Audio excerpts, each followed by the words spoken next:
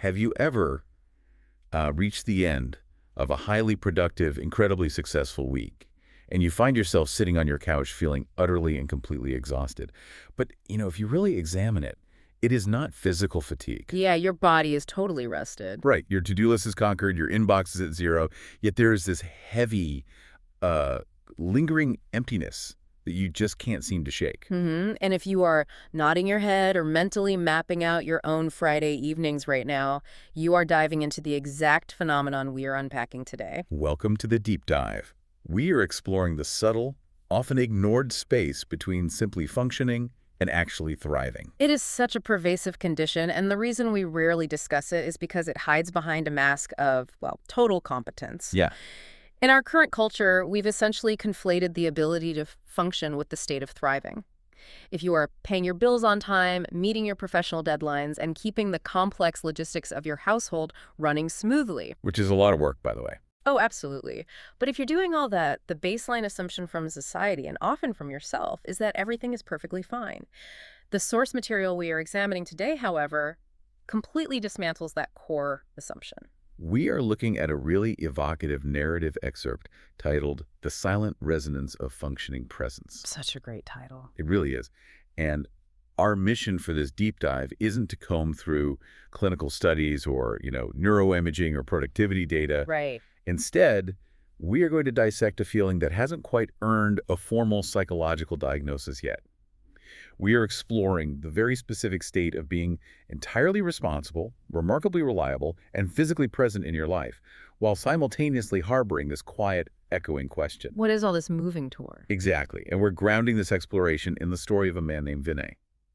While it reads as a narrative, the psychological architecture of his life is going to sound incredibly familiar to anyone navigating modern adulthood. Vinay serves as an exceptional lens into the illusion of functionality. He is our entry point into what the source allows us to conceptualize as quiet burnout. Quiet burnout. Yes, and this isn't the dramatic crash and burn exhaustion we typically associate with the word burnout. It is a subtle, nearly invisible state of being that operates silently in the background of a successful life. To really understand the mechanics of this, we have to look at how the scene is set. The narrative opens with a highly intentional moment of contrast taking place in an elevator. Vinay is stepping into the lift in his apartment building, making his way up to the 9th floor after a standard, predictable day. Inside the lift, he encounters his neighbor. And the physical presentation of this neighbor is so important here. Oh, totally. He is carrying 2 suitcases and wearing a loose white kurta pajama. The text describes the fabric as soft and airy, noting specifically that the neighbor looked like time had slowed somewhere else. What is fascinating here is that specific phrasing warrants a lot closer attention. Time had slowed somewhere else communicates a radical shift in temporal reality. Yeah. The neighbor isn't just wearing different clothes.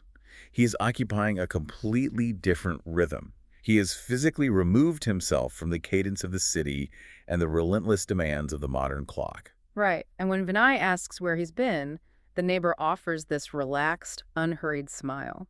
A smile that notably lacks any defensive need to explain or justify itself. Which is rare. Very rare. And he simply states he has returned from a self-awareness retreat. He describes feeling lighter, possessing a newfound clarity, and carrying a fresh energy to restart his life. He's basically projecting a deep, quiet peace that practically alters the atmosphere of the corridor. Yeah. But then they exchange goodbyes. The neighbor exits, and Vinay continues down the hall to his own apartment. And this is where the narrative shifts gears entirely. Vinay pushes open his half-closed door and steps into his own life. The contrast is immediate. It really hits you. The television is murmuring in the background. His wife is on a work call, and her voice is measured, professional, and steady. It is the absolute embodiment of the familiar evening rhythm. What's fascinating here is the juxtaposition. On one side of this 9th floor corridor, you have the neighbor, radiating a very specific type of manufactured peace that he acquired by temporarily exiting his life. Right. It is an ethereal, elevated state of being that essentially requires a vacuum to exist.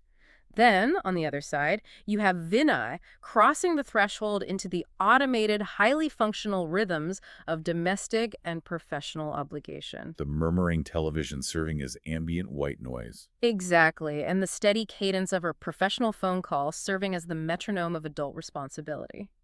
Vinay enters his home softly, instinctively careful not to disturb anything.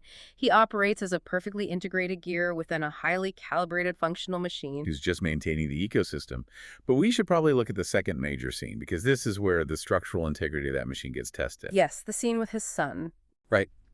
Vinay is walking past his children's room, and he observes his son hunched over a laptop. The son is entirely absorbed, but he isn't completing high school math homework. He is actively filling out an application for an elite law college. Vinay sits down next to him and asks a question that honestly strikes me as slightly out of character for the environment they are in. He doesn't ask about career trajectories, earning potential, or legal specialties. He just asks, as a person, what do you want to become? It is a fundamentally philosophical question dropped right into the middle of a hyper-pragmatic task.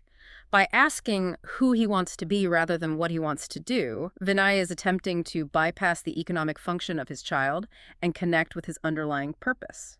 And the son's response is incredibly revealing. There's no philosophical meandering at all. None. The answer is sharp, confident, and utterly devoid of romanticism. The son states that he wants to be highly influential. He wants to cultivate a strong network of bureaucrats, politicians, and business leaders. And he intends to generate a significant amount of wealth. It's pure ambition. Pure ambition. Vinay absorbs this, internally noting the sheer sharpness of that unquestioned ambition. Remembering a time when his own desires possessed that kind of clarity, he offers a supportive smile. But then the narrative pivots sharply. This is the moment. Yeah, the son turns from the laptop, looks directly at his father, and returns the question. What did you want to become, Dad? Okay, let's unpack this because this exchange is the psychological fulcrum of the entire piece. The narrative slows way down here to detail Vinay's physical reaction to his son's inquiry. His body literally stilled. His nervous system physically hesitated, caught in this brief, suspended moment between his past aspirations and his present reality. A montage of past choices flashes through his consciousness. And after this somatic pause, he delivers a response that feels heavy with resignation. He offers a thinner, lighter smile and simply says, "Here I am, doing what I do." Doing what I do. If we analyze the architecture of that statement, it functions perfectly well as a conversational placeholder. It sounds entirely acceptable for a man in his position. But the narrative makes it clear that it rings completely hollow. The thinness of his voice indicates that the words are untethered from any deeper conviction. To understand why this brief interaction destabilizes him so profoundly, we really have to look at his baseline emotional state. Because he's not a miserable guy. Exactly. Vinay is not a miserable man. He is not drowning in debt or overwhelmed by marital strife. The shock he experiences in that room is the sudden, jarring realization that his direction has imperceptibly morphed into mere motion. But let me play devil's advocate for a moment here. Go for it. Because if you are listening to this, it is very easy to map this onto existing cultural tropes. Couldn't this just be brushed off as a standard midlife crisis? A guy in his 40s realizing he's not going to be an astronaut or a rock star and feeling a bit let down by the mundane reality of a mortgage. Right. Why frame this as a specific nuanced type of burnout rather than a cliche midlife slump? It is tempting to categorize it that way because we prefer familiar labels. But the distinction the text draws is crucial. A traditional midlife crisis is typically characterized by a frantic, destructive desire to tear down the current life and construct a new one. Buying the sports car. Buying the sports car, abandoning the family, or radically changing careers in a desperate bid to reclaim youth.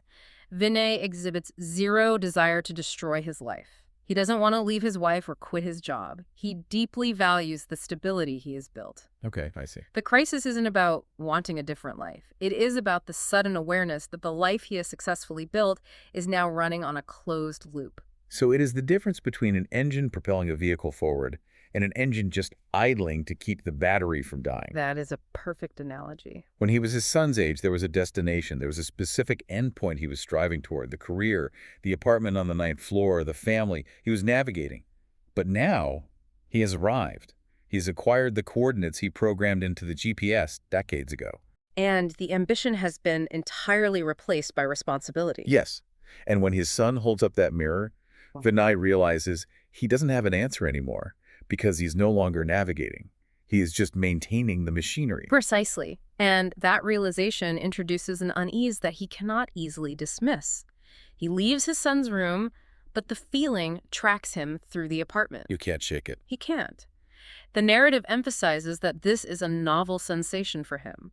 The question, what is all this moving toward, refuses to dissipate. He attempts to deploy the standard intellectual defenses of the modern adult. He rationalizes his situation, telling himself that this is simply what maturity looks like. You've all been there? Oh, yeah, we all do it. He argues internally that stability holds more value than excitement, that meaning is constructed incrementally over decades, and that everyone eventually adjusts to this plateau. Those rationalizations are universally recognizable. If you are listening right now, you have probably used some variation of those exact phrases to comfort yourself during periods of professional or personal stagnation. Oh, absolutely. They are the socially approved scripts we use to suppress existential dread. But the narrative shows us that these logical defenses fail to neutralize the physical symptoms of this unease. And the symptoms are incredibly subtle. So subtle. Vinay begins to notice that his professional milestones and small victories feel strangely diminished. And then the text delivers this massive psychological insight. It states that relief has replaced satisfaction, and completion has replaced anticipation. That shift from satisfaction to relief is the defining metric of this condition. If we break down the psychological difference between those two states, satisfaction is an additive emotion. Okay. It implies that you have gained something, that you have moved forward, that a goal has been achieved and your life is richer for it. Relief, on the other hand, is a subtractive emotion. It simply means a pressure has been removed. Wow. It means you survived a deadline, you navigated a difficult meeting, or you finally cleared your inbox. So if you look at your own calendar right now, how many of the appointments, tasks, or social obligations are things you are genuinely anticipating versus things you just want to get over with so you can feel the temporary relief of completion? Exactly. When relief becomes the primary emotional reward of your daily life, you are operating entirely in a state of subtraction. So what does this all mean for our definition of burnout? It forces us to fundamentally redefine our understanding of it. Traditional burnout, the kind that gets heavily covered in productivity literature, is a systemic collapse. Where you can't get out of bed. Right. It occurs when the demands exceed your capacity and you are rendered incapable of functioning. Your cognitive resources are depleted, and you literally cannot execute your responsibilities. Quiet burnout, as experienced by Vinay, operates on an entirely different axis. It does not preclude functioning, it relies on it. He is still perfectly reliable. He is making pragmatic decisions, caring for his family, and participating fully in the logistical demands of his day. But there is a profound internal detachment. He is observing himself moving through the necessary motions that once felt infused with purpose. And the text astutely points out that this feeling doesn't assault him during moments of crisis or high stress. That's the crazy part. It strikes him hardest during moments of quiet success. When a project concludes, when a milestone is reached, when he should theoretically feel a sense of triumphant arrival, he instead encounters a brief, terrifying pause. And in that empty space, the question echoes again, and then what? And then what? It is a deeply intimidating question when you've already executed the cultural playbook you were handed. But what is truly revealing is how Vinay reacts to that empty space. He avoids it And entirely. actively avoids it. The narrative shows him immediately pivoting to the next logistical task, the next household responsibility, the next practical step. He weaponizes motion. Yes. He uses busyness as a shield to protect himself from the pause, because dwelling in that pause forces him to confront the reality that his perpetual movement isn't leading anywhere new. It is just perpetual maintenance. That behavior pattern is structurally identical to how we consume endless feeds of information or overschedule our weekends. We use the friction of constant activity to drown out the silence where that question lives. It really makes you wonder how much of our modern productivity is actually just sophisticated avoidance. Most of it, probably. Probably. Yeah.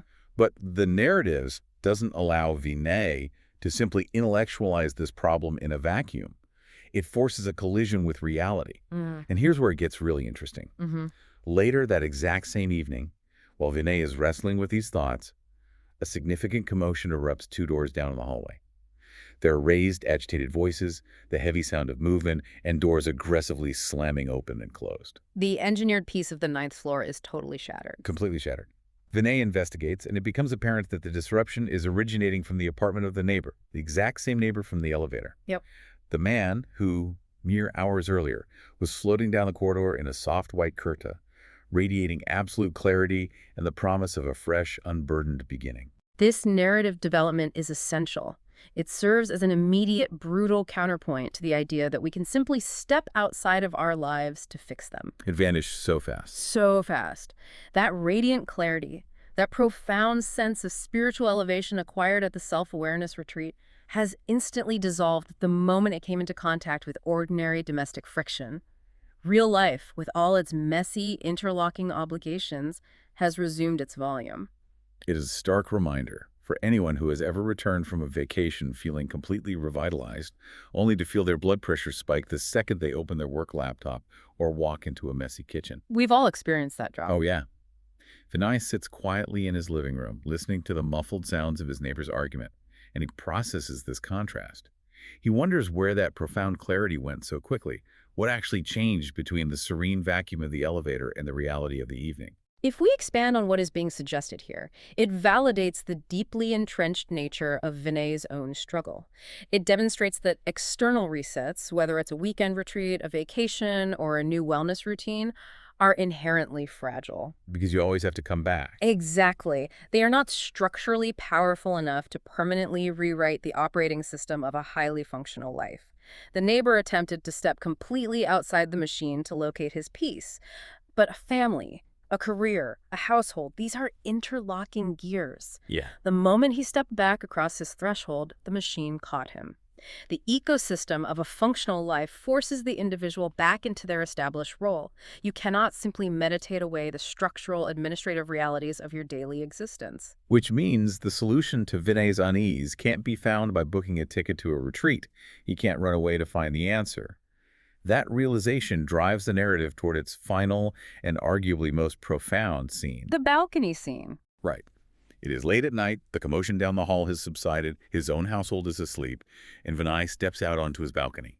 He looks out across the sprawling architecture of his apartment complex, observing the grid of windows. Some are brightly lit, some are flickering with the blue light of televisions, and some are completely dark. It is a moment of profound, quiet observation. He is no longer actively fighting the feeling or trying to logic his way out of it. He stares at the grid of windows and comes to a deeply humbling realization. He understands that behind every single one of those lit panes of glass, there is a different life playing out. And in every one of those rooms, the movement of the occupants is clearly visible. But the ultimate direction of that movement is entirely invisible. That is such a powerful image. He looks at his own lit window and accepts that a life can remain fully functional, perfectly intact, and outwardly successful, while quietly, secretly asking where it is going. He acknowledges that this quiet burnout doesn't begin with a dramatic breakdown or physical exhaustion. It begins with a question that has no permission to stay. This raises an important question, forcing us to scrutinize the metrics by which we measure a successful life. We are heavily conditioned by our socioeconomic environments to evaluate our worth based on visible movement. Right, the promotions, the assets. Yes. Yeah.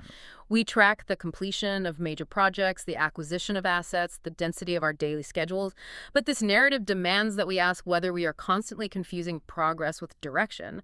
Are we, much like Vinay, mistaking the reliable, steady humming of our daily engine for actual navigation? Mistaking humming for navigation. The true tragedy of quiet burnout isn't that a person's life is falling apart.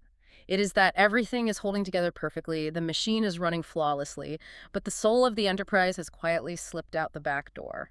The soul of the enterprise slipping out the back door. That completely reframes how we should think about exhaustion. Vinay's realization is that his fatigue is not the result of performing too much physical or cognitive labor. The heaviness he feels appears after the decisions have been made, after the productive days are concluded, after the weeks that look impeccably successful on a spreadsheet. It's existential fatigue. Exactly.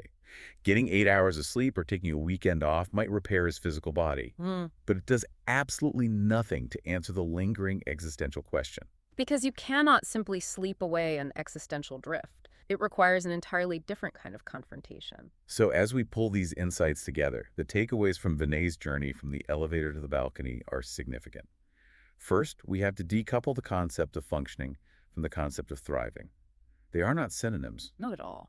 Traditional burnout is a systemic crash, but quiet burnout is the one that sneaks up on you while your life looks perfectly fine on paper, characterized by a shift from anticipating the future to merely feeling relief that the present is over. Yes. And second, we see the fragility of temporary escapes.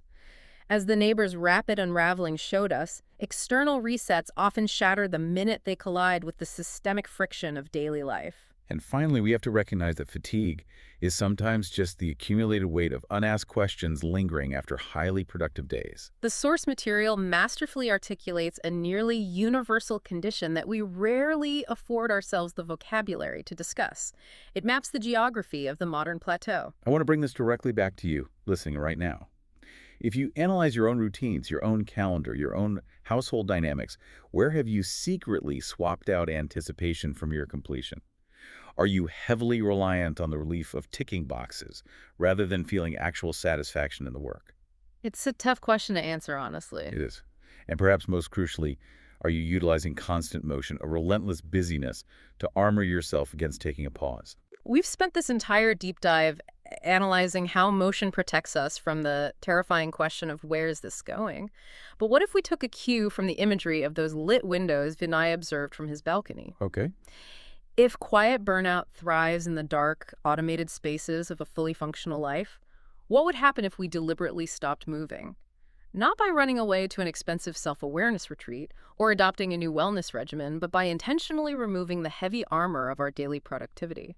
If we forced ourselves to sit still and let that profoundly uncomfortable question echo loudly in an empty room, could that terrifying, unshielded pause actually be the only genuine cure for a functioning presence?